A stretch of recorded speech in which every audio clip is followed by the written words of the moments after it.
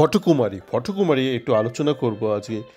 আমরা আগের যে বিষয়টা নিয়ে আলোচনা করলাম ইস্ট বেঙ্গল সংক্রান্ত, ওই রায়তানা কি একটা যেন রায়না বলে যে ছেলেটাকে সই করিয়েছে, সেই প্রসঙ্গে আলোচনা করব, কিন্তু একটু একটু সামগ্রিকভাবে আলোচনা করব। মানে ব্যক্তিবিশেষ আলোচনা থেকে খুব একটা মানুষের উপকার হয় না, তো ব্যাপারটা নিয়ে একটুখানি একটা সামগ্রিক একটা আলোচনা করব। তো আমি আমার আগের অডিওতে বলেছি যে পর্যাপ্ত এভিডেন্সের অভাবে আমার পক্ষে বলা সম্ভব নয় যে ছেলেটা ভালো না মন্দ। কিন্তু দু রকমের এভিডেন্স আছে, একটা হচ্ছে ডাইরেক্ট হার্ড এভিডেন্স, আর একটা হচ্ছে সার্কামস্ট্যান্সিয়াল এভিডেন্স। সার্কামস্ট্যান্সিয়াল এভিডেন্স নিয়ে অনেক সমস্যা হয় যদি একটা লিগ্যাল ফ্রেমওয়ার্কে সেই সার্কামস্ট্যান্সিয়াল এভিডেন্সের ভিত্তিতে কোনো সিদ্ধান্ত নেওয়া হয়, এবং অতীতে সেটা অনেকবার ঘটে গেছে। পরবর্তীকালে সেটা নিয়ে প্রচুর বিতর্ক সৃষ্টি হয়েছে। কিন্তু আমরা কিন্তু আমাদের ব্যক্তিগত জীবনে সার্কামস্ট্যান্সিয়াল এভিডেন্স ভীষণ প্রয়োগ করি। মানে সাধারণ জীবনে আপনি এটা প্রয়োগ করতেই পারেন, কেননা সার্কামস্ট্যান্সিয়াল এভিডেন্স 100% অ্যাকুরেট না হলেও অনেক ক্ষেত্রেই কার্যকর, যেখানে অন্য কোনো এভিডেন্সের উপায় নেই। যেমন একটা উদাহরণ দিচ্ছি, আমি আসবো ফুটবলে, তারা একটা উদাহরণ দিই। যখন আমি ভারতে ছিলাম, একটা সময় আমি বেশ কিছু দিন ব্যাঙ্গালোরে ছিলাম একটা কর্মসূত্রে। তো তখন আমার কোম্পানি, আমি যেখানে চাকরি করতাম, সেখানে প্রচুর অল্প বয়সী ছেলে মেয়েদের নিয়োগ করা হতো বা হায়ারিং করা হতো, ড্রাইভ যেটা বলে অনেক সময় করা হতো। তো এমন অনেক সময় গেছে উইকেন্ডে, শনিবার বা রোববার হয়তো ড্রাইভ হয়েছে, মানে আমার টিমের জন্য না, অন্য টিমের জন্য। তো সেই সব টিমের যারা হায়ারিং ম্যানেজার, তারা আমাকে ডেকে নিয়ে যেত ইন্টারভিউ নেওয়ার জন্য। তাদের একটা বদ্ধমূল ধারণা ছিল যে এই ধরনের হায়ারিংয়ে আমি নাকি ঠিকঠাক ছেলে মেয়েকে তুলতে পারি। এবার আমি কি করতাম, খুব সহজে বলছি, আমি যেই ফিল্ডে রয়েছি, আমি অত ডিটেলসে যাচ্ছি না আমার ব্যক্তিগত বিষয়ে, আমি যেই ফিল্ডে রয়েছি সেই ফিল্ডে ভারতে খুব বেশি কাজ হয় না। তখন তো একদমই হতো না, এখন অল্প বিস্তর হলো, তখন একদমই হতো না। তো আমি জানতাম যে কারোর যদি 2-3 বছরের অভিজ্ঞতা থাকে, সেই অভিজ্ঞতা থাকা না থাকা সমান। তো সেই জন্য আমি যেটা করার চেষ্টা করতাম, একটু বোঝার চেষ্টা করতাম যে এর মধ্যে একটা শেখার ক্ষমতা আছে কি না, আর এর মধ্যে একটা বেসিক একটা ইন্টেলিজেন্স আছে কি না। কারণ এই দুটো জিনিস আমার পক্ষে ইনজেক্ট করা সম্ভব না। মানে কারোর একটা ন্যূনতম বুদ্ধি আছে কি না, বোধ বুদ্ধি আছে কি না, এইটা একটা দামড়া ছেলে বা মেয়ের মধ্যে আমার পক্ষে কিন্তু সেটা বাড়ানো কমানো সম্ভব নয়। আরেকটা হচ্ছে তার শেখার ইচ্ছা আছে কিনা, মানে সে জীবন প্রতি তার একটা পজিটিভ আউটলুক আছে কিনা। এই জিনিসটা আমার পক্ষে মানে দ্বীপ জেলে যাওয়ার মতন 2.5 ঘন্টা ধরে একজনের পেছনে টাইম দেওয়াটা সম্ভব নয়। তো এই দুটো জিনিস পরখ করার জন্য আমি কিন্তু ওই সার্কামস্ট্যান্সিয়াল এভিডেন্স ভিত্তি করতাম, কারণ আমি জানতাম তাকে কাজ নিয়ে জিজ্ঞেস করলে কোনো লাভ নেই, কারণ ভারতে সেই কাজটা হয়ই না। মানে যারা ভাবে করছে মানে ফালতু ফেকার জন্য ঠিক আছে, মানে ঢপ মারার জন্য ঠিক আছে। ভারতের ঢপটা খুব ভালো চলে সমস্ত বিষয়, আর ঢপ এক্সপোজড হয়ে গেলে ওটা জুমরা বলে চালিয়ে দেওয়া হয়। তো আমি তো সেই জন্য আমি যেটা করতাম, একটু তার কাজকর্ম নিয়ে আলোচনা করে, যখন আলোচনা করতাম মোটামুটি দেখে নিতাম তার কমিউনিকেশন স্কিলটা কীরকম। তো তার কাজ নিয়ে আলোচনার মূল লক্ষ্য ছিল কিন্তু তার কাজটা নিয়ে জানা নয়, কেন জানতাম সে যাই করে থাকুক ফালতু কাজ ভারতে রেলিভেন্ট নয়। মানে আমি যেই কারণে তাকে নিচ্ছি তার জন্য ব্যাপারটা রেলিভেন্ট নয়। তো আমি চেষ্টা করতাম এইটা বোঝার জন্য যে তার কমিউনিকেশন স্কিলটা কীরকম, সে মানে ইংরাজিতে মোটামুটি লিখতে পারে কিনা, মোটামুটি বলতে পারে কিনা। এইটা আমি আবার ইংরাজির মাস্টারমশাই নয়। আর জিজ্ঞেস করতাম যে তোমার কোন বিষয়ে আগ্রহ, মানে কাজকর্ম ছাড়া কোন বিষয়ে আগ্রহ। তো কেউ ধরুন রান্না জানে, কেউ ধরুন বললো আমি ক্রিকেট খেলি, কেউ বললো আমি ব্যাডমিন্টন খেলি, কেউ বললো আমি মুভিজ দেখি। তো তার সেই বিষয় নিয়ে আমি আলোচনা করতাম।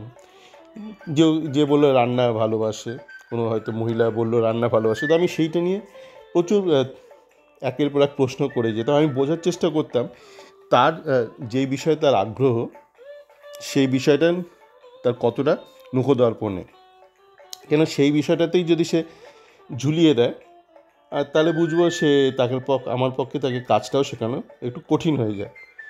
তো যাকে এরকম কিছু টোটকা ছিল, যেটা ওই যে বললাম সার্কামস্ট্যান্সিয়াল এভিডেন্সের ভিত্তিতে। তো এই যে রায়না বলে ছেলেটা, একে নেওয়ার পর থেকে আমি দেখছি বিভিন্ন লোক বিভিন্ন মতামত প্রকাশ করছে, কিন্তু যারা প্রতিষ্ঠিত মানে ঢপবাজ মিডিয়া বা ইউটিউবার, মানে যারা প্রতিষ্ঠিত কনম্যান বলে, বা জালি বা 420, তারা দেখছি এর খুব প্রশংসা করছে।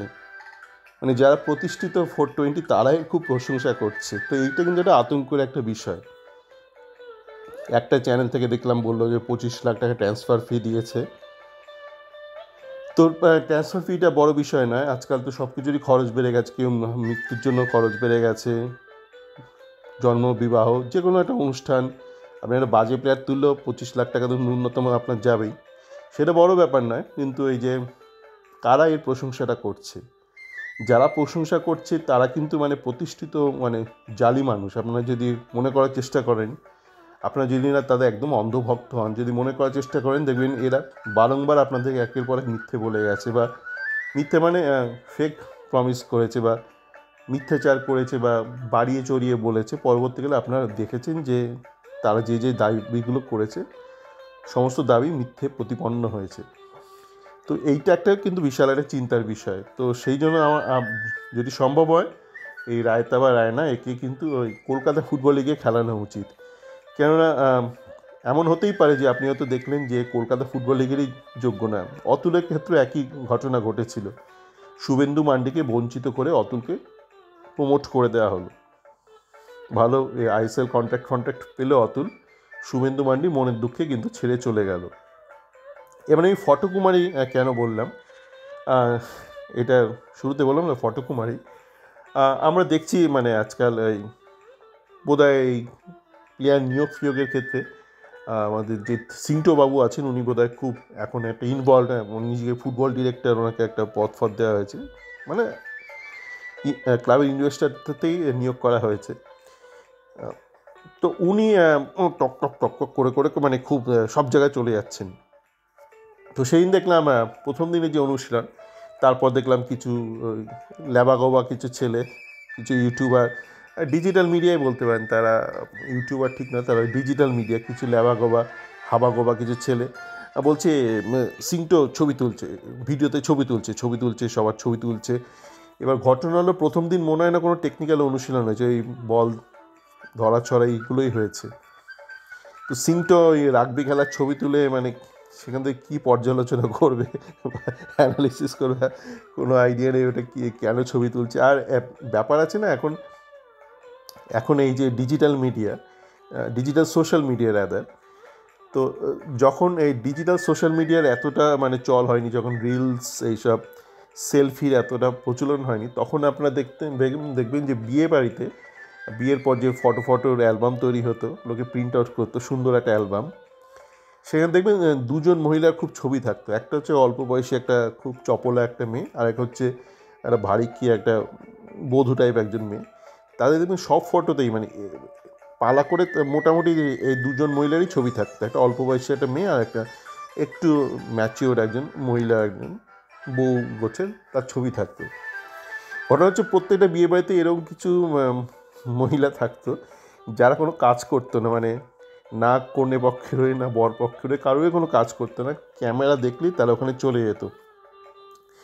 আর সাধারণ পাবলিক ভাবতো বাবা এর এত ছবি, পুরো মানে অ্যালবাম জুড়ে এই চম্পার পিঙ্কির এত ছবি, মানে এরা কি না কি করেছে। তো এখন হচ্ছে যে এই যারা কোচ হচ্ছে, দেশি বলুন বিদেশি বলুন, ভারতবর্ষে যারা কাজ করছে, তারা হচ্ছে জানে পাবলিককে দেখাতে হবে যে আমি কিছু একটা করছি, ওই জন্য দেখবেন সব জায়গায় চলে যাচ্ছে, থক থক থক থক থক থক করতে করতে সিংটো চলে যাচ্ছে। আবার গত বছর আমরা দেখেছিলাম কোয়াদ্রাত কলকাতা ফুটবল লিগের প্রত্যেকটা ম্যাচ জিতে দেখছি, আমরা বললাম বাবা কী তলিয়ে দেখছে।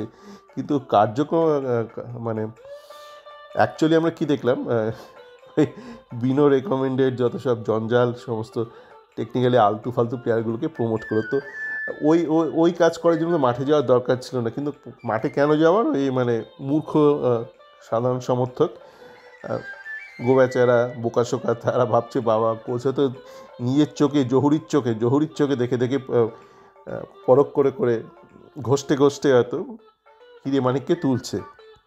তো এগুলো খুব পুরনো টেকনিক মানুষকে বোকা বানানোর, এবং বোকা মানুষ হচ্ছে তারাই যারা একইভাবে বারংবার বোকা হতে থাকে।